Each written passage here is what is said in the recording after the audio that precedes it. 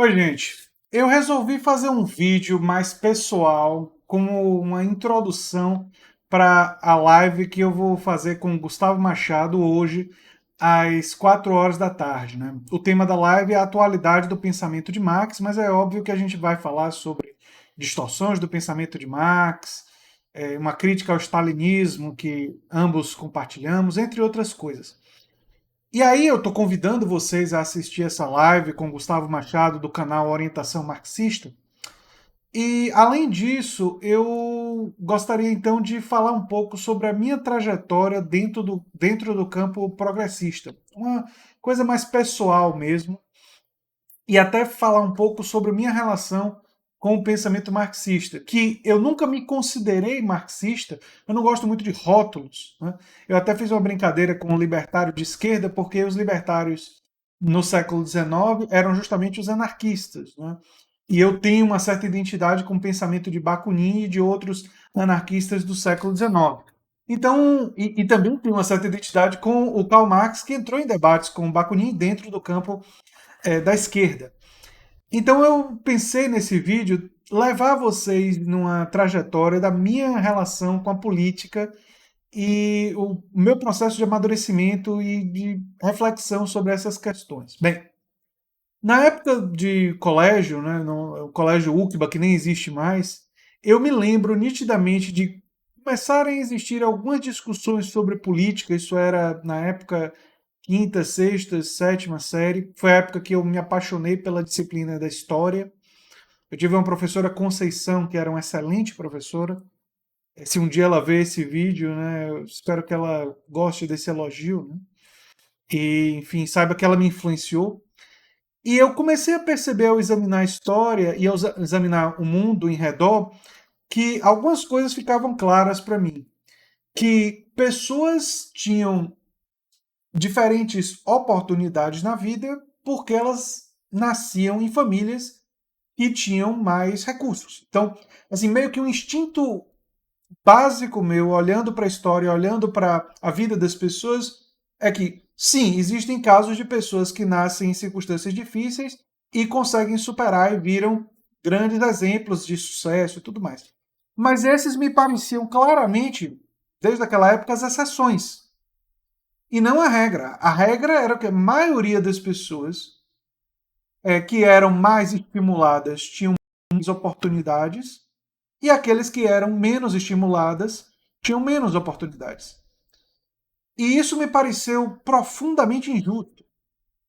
Então, uma noção que eu diria pré-adolescente de justiça meio que contaminava a minha visão.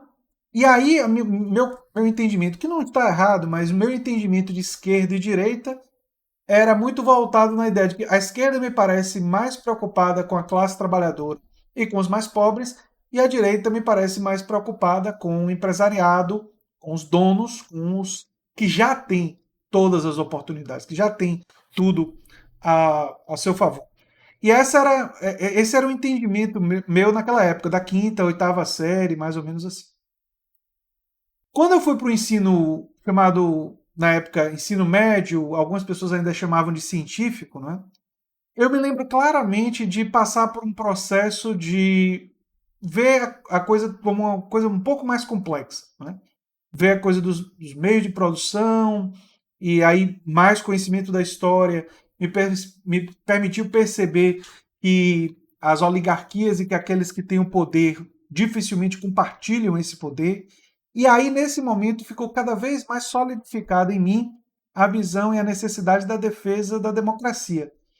Mas não a democracia burguesa, né? Não a democracia simplesmente ir votar. Essa democracia me parecia meio ilusória, eu não sabia ainda exatamente por quê, mas ela me parecia ilusória, e me parecia ilusória porque não necessariamente refletia os anseios da população. Não é? Muitos fatores pareciam conspirar para que ela não fizesse aquilo que beneficiaria a maioria dos cidadãos. E, novamente, eu estava do lado da classe trabalhadora, do lado dos mais pobres, entendendo que eles precisariam mais da ação estatal, de algo de garantia de direitos sociais. já no segundo ano, terceiro ano do ensino médio, eu começo a ter essa compreensão de direitos sociais como uma coisa importante, que vinha da Declaração Universal dos Direitos do Homem e do Cidadão, né, de 48, se expandiu, né, pela Europa e por outros países, nas constituições e tal. Pois bem, e eu gostava muito de história, então eu resolvi fazer história no meu curso da Universidade Federal da Bahia, né? Foi a, a carreira que eu escolhi, digamos assim. Quando eu entrei na universidade, aí eu tive o meu contato com as primeiras obras de Karl Marx. Eu me lembro de ter lido A Crítica da Filosofia do Direito de Hegel, que é muito interessante. Muitas pessoas associam simplesmente a dimensão religiosa e a crítica que ele faz à religião, mas é um texto que tem outras reflexões. E aí eu tive contato com outros textos de Marx, não só o Manifesto Comunista, mas a questão judaica. é, eu li parte da ideologia alemã, e aí fui lendo outras coisas, e não só de Marx, mas também de autores marxistas, inclusive na história, o Hobsbawm, Perry Anderson e outros. Né? Edward Palmer Thompson, que também é marxista, entre outros, não só os marxistas, mas lendo os marxistas também. E já naquela época, eu tinha que eu chamaria uma certa resistência ao que as pessoas chamam das experiências do socialismo real. Esses nomes são sempre bem discutíveis, não é? Mas enfim, da União Soviética e tal, porque apesar de ver eventuais méritos, e existem, o autoritarismo, a falta de liberdade de imprensa, a censura, a perseguição a pessoas que pensam diferente, eram coisas que eram incompatíveis com os meus valores. Então, eu tinha clareza que eu queria uma sociedade mais igualitária, eu queria igualdade de poder e de oportunidades. Não, igualdade total é impossível, mas mais igualitária. E eu queria uma sociedade que também fosse livre e que também tivesse amplas liberdades civis e tal. E aí, durante esse período, eu li um livro que mexeu muito com a minha forma de pensar, que foi esse livro aqui, A Evolução dos Bichos, do George Orwell. E aí vocês pensam, mas o que isso tem a ver com marxismo? Bem, o George Orwell, ele era militante de uma organização marxista, a OPUM, e ele foi lutar na Guerra Civil Espanhola, e todos os livros que ele escreveu, ele diz que, de uma forma ou de outra, isso está em Why I Write, porque eu escrevo, do George Orwell, ele estava defendendo o que ele entendia como socialismo democrático. E aí, quando eu li isso, eu me lembro de ter lido e ter dito, opa, igualdade e democracia juntas? Uma democracia verdadeira, uma democracia em que, de fato, a classe trabalhadora tem o controle dos meios de produção e eu gostei, eu me lembro de me sentir muito atraído por essa perspectiva do George Orwell, que é uma pessoa que não teorizou tanto sobre isso, mas que nas cartas dele, na experiência dele durante a Guerra Civil Espanhola, ele faz diversos elogios ao controle dos trabalhadores, que eram fundamentalmente anarquistas, mas que estavam controlando os meios de produção, e ele claramente demonstra simpatia por essa perspectiva, ou seja, ele demonstra que ele defende os trabalhadores controlando os meios de produção. Para ele, isso é socialismo. Né? Então, eu tinha um entendimento muito semelhante. E aí, isso me empurrou ainda mais nessa direção. E aí, eu continuei paralelamente minhas leituras, fiz mestrado em História Social, com interface com a ciência política, não é? Estudando partidos políticos. E no meu doutorado eu estudei a relação entre o movimento da reforma sanitária brasileira e partidos políticos de matriz marxista. E aí fui ler Antônio Gramsci e outros pensadores marxistas.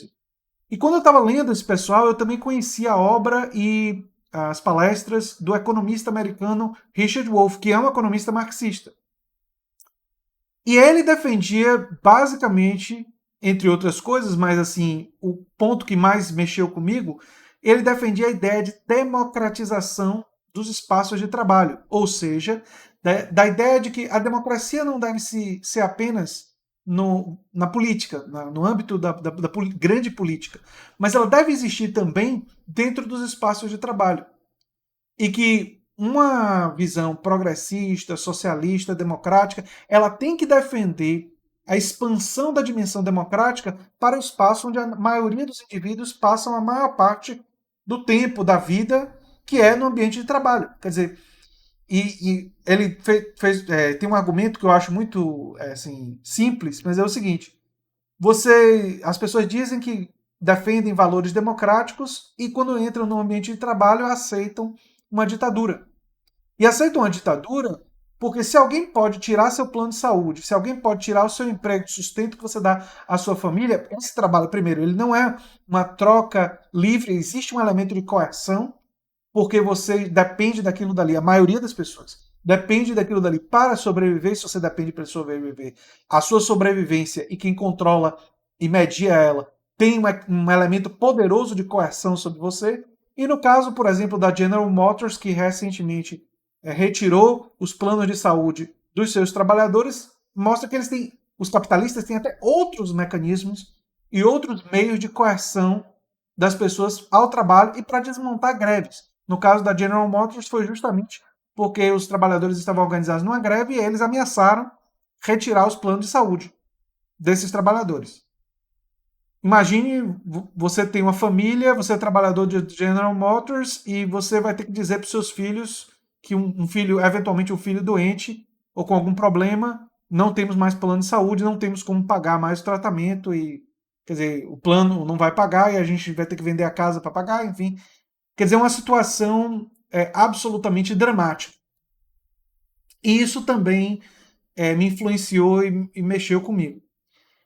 E aí eu, durante esse período, continuei lendo as obras de Marx, né, introdução da economia política, manuscritos econômico-filosóficos.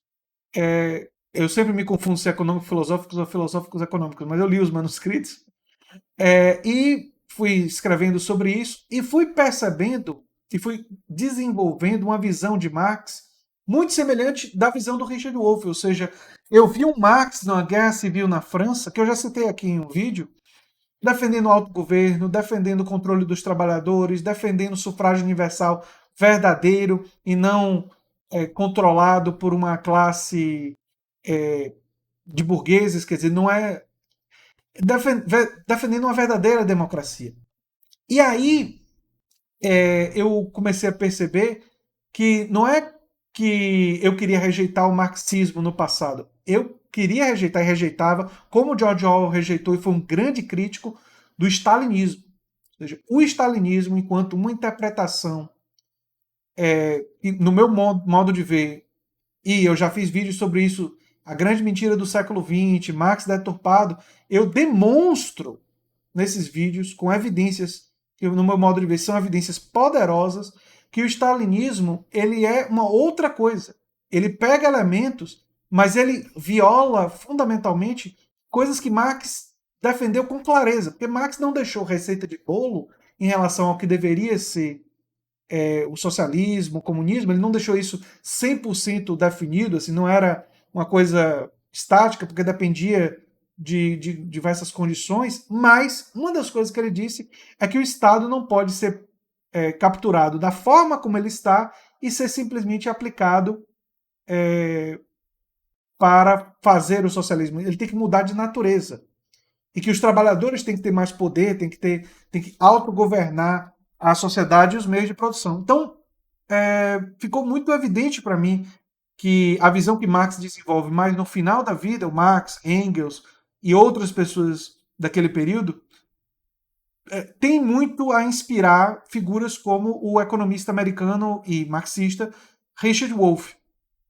Isso meio que me levou a uma visão que associa, né, os princípios da democracia e que critica a democracia ocidental nas suas limitações. No fundo, é como eu digo em relação ao Brasil, o que nós temos é uma oligarquia, uma república oligárquica, ou seja, é uma república e tem oligarcas no controle, e o espaço da democracia é extremamente limitado porque financiamento de campanha acaba definindo, em larga medida, a maior parte do Congresso, do Senado e as estruturas de poder, portanto, são definidas por quem tem dinheiro.